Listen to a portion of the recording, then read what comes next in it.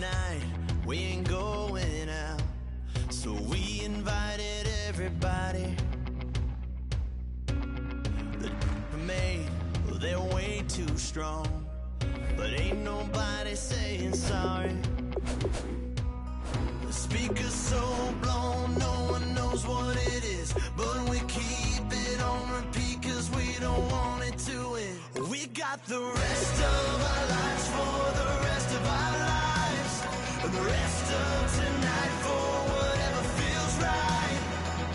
We're doing it our way, just acting our age. One day we'll look back just shaking our heads, but right now we're too fast to slow down just yet. We're doing it our way, just acting our age, just acting our age. There's people here that I just met, but we're acting like we go back. It's 3 a.m.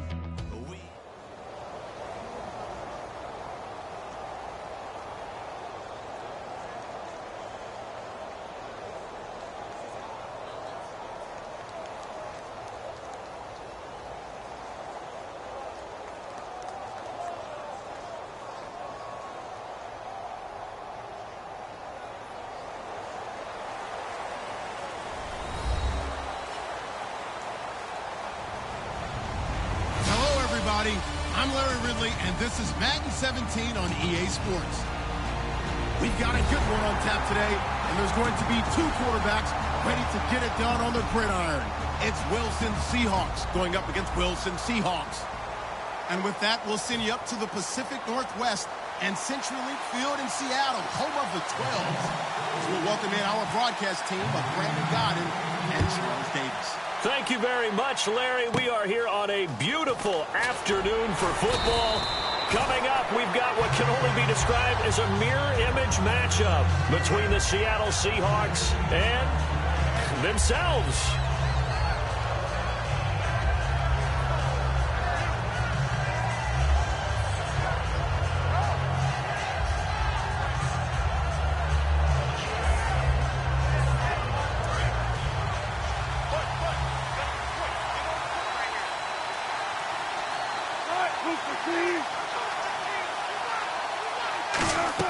Now Wilson on first down, escaping the pressure right.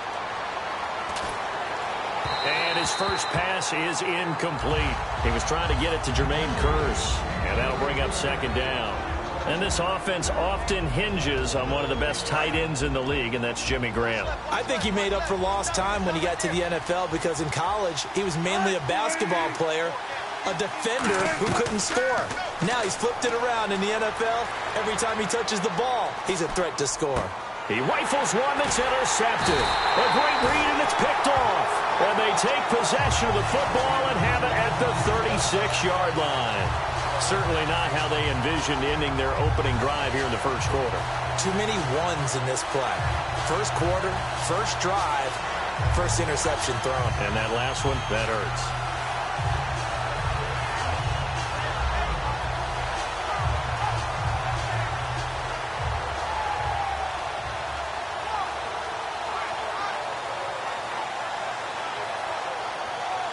And a great spot to start this drive from here.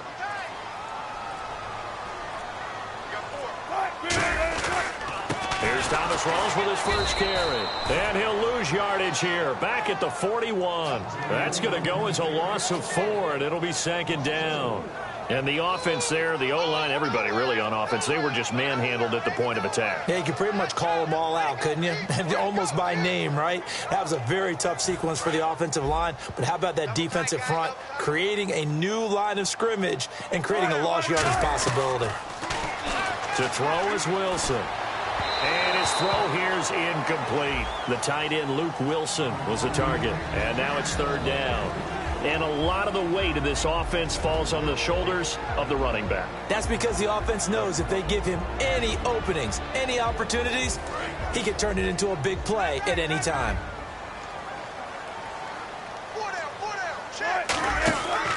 The first carry for the rookie Procise. And he gets it down to the 32. Give him 8 yards on the carry, and that's going to bring up 4th down. And once again, leverage wins. The offensive line, lower than the defensive front. They moved him and found some good space for the guy carrying the ball. He finds his man, Baldwin. Give him 28 yards on that one. And the decision to go for it pays off. They've got a 1st and goal. I don't care how many times you tell the story, it never loses its luster for me. Doug Baldwin, undrafted out of Stanford, and plays like a #1 receiver should in the NFL. I don't care how you cover him. I don't care that his size isn't great. He's the one that typically comes up with the football. Absolutely. His roots go all the way back to Gulf Breeze, Florida, where he's from, right on the water near Pensacola, and then, of course, to Stanford, and, boy, he's been good. Now Wilson on 2nd down. And, oh, not only did he drop it, he dropped it in the end zone. And a look at Seattle's defense. Michael Bennett's one of the best pass-rushing defensive linemen in the game. Normally plays defensive end, but when they go to those nickel packages and he works inside, look out, offensive guards. You got a problem. Wilson. This will be caught at about the 5. Now the ball comes loose. And a big turnover there as his guys will get the football back.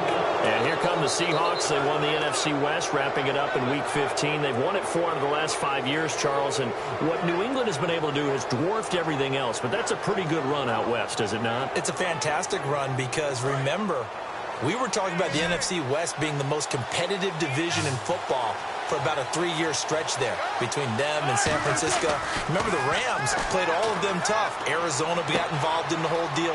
So it's a great run by them, and they don't believe that they're finished. Not by any stretch of the imagination. They're looking to get one of the home field advantages in the playoffs.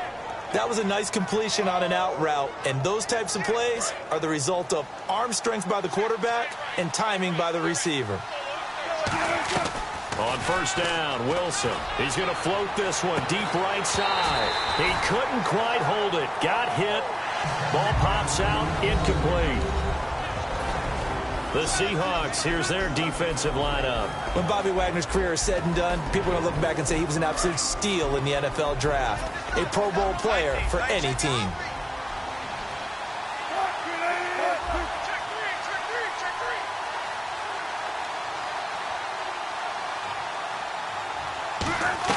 Again on 2nd and 10, it's Wilson. He's going to go up top again. He's got a man, complete. For Lockett, a pretty good Week 15, 130 yards and a touchdown. How key is he as they go forward and into the playoffs? One of the most vital players they have on the roster because of everything he gives them. The ability to catch the ball in the slot. They can even move him out wide as a receiver. They can use him in the backfield if they so choose. Use him on jet sweeps, reverses, and don't forget the kick return ability that he provides as well. Started the season a little bit dinged up, getting healthier each and every week. Even had a 75-yard touchdown run a few weeks ago against Carolina. For Rawls, they're going to need to figure something out going into the playoffs because you look back to Week 15, 21 carries, 34 yards. That has to improve if they want to make a run. I agree totally with that because even though they have switched to Russell Wilson being the focal point of their offense, running the ball is still their bread and butter. And if they have Thomas Rawls at peak efficiency, then the Seahawks are really ready to go. But the Rams' defensive front, when they're at their best, 3 first-rounders up front, hard to move it against them. That's very true, and that's who he was going against in Week 15. And the Seahawks have picked it up.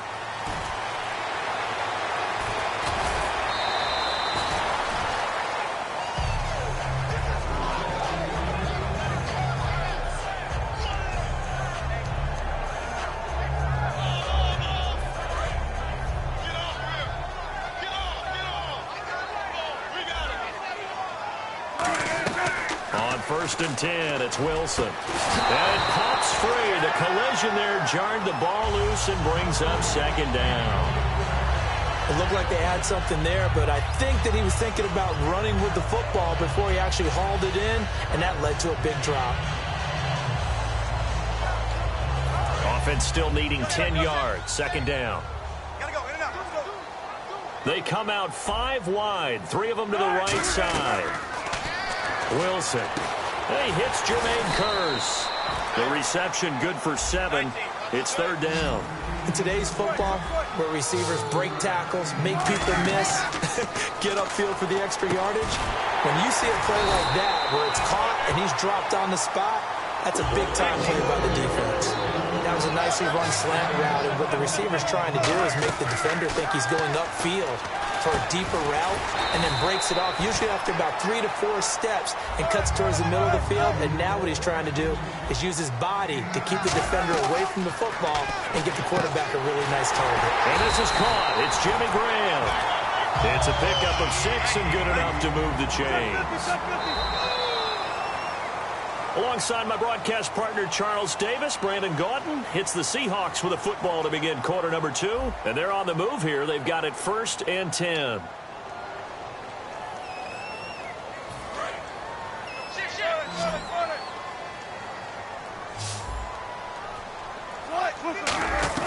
Throwing now, Wilson on 1st down. It's complete to Lockett. Give him a couple on the catch. It's 2nd and 8. Well, that's what you're looking for when you're wanting to throw the ball downfield. You want one of those guys who can play out on the perimeter, can play out wide, who can not only get open, but when they're covered, can uncover themselves downfield and create catches. 15 yards down to the 15 and a 1st down. And now the passing game here in the second quarter starting to heat up a little bit.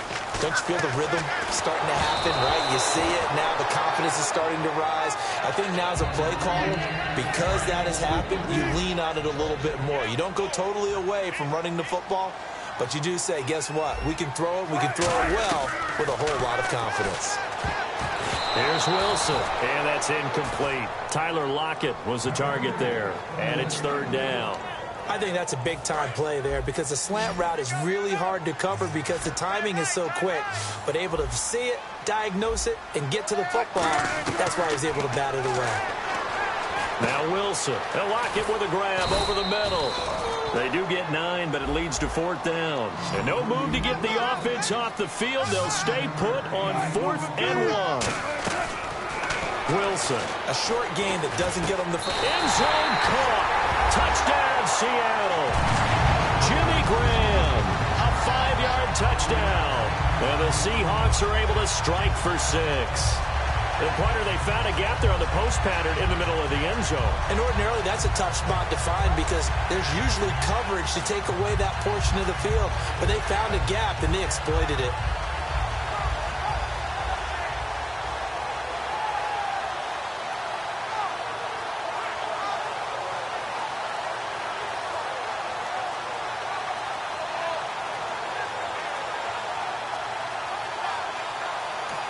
And with very little time left on the play clock, Pete Carroll's going to call timeout. They'll have 2 remaining as we step aside here in this second quarter. Stephen Hauschka for the point after.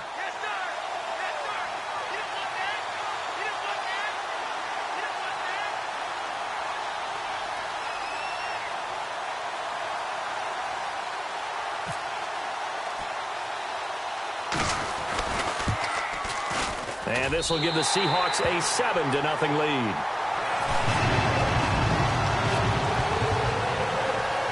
Hauschka now to send this one away following the score. And here's a fair catch taken at about the 24-yard line.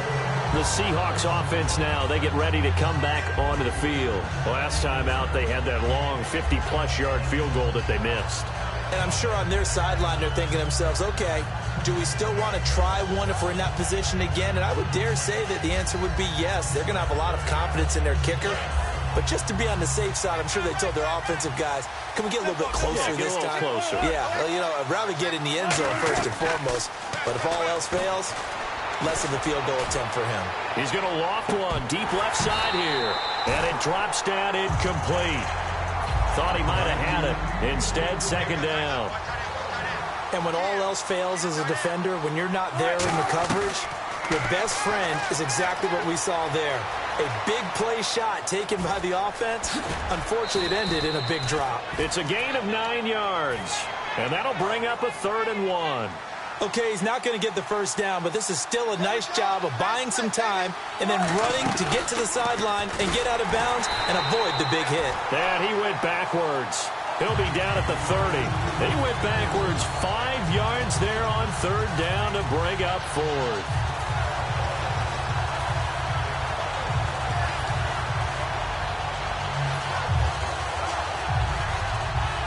And they're going to at least line up to go for it here on 4th down. Here we go on 4th with Wilson. Pressure comes, and Wilson's going to go down. Tony McDaniel.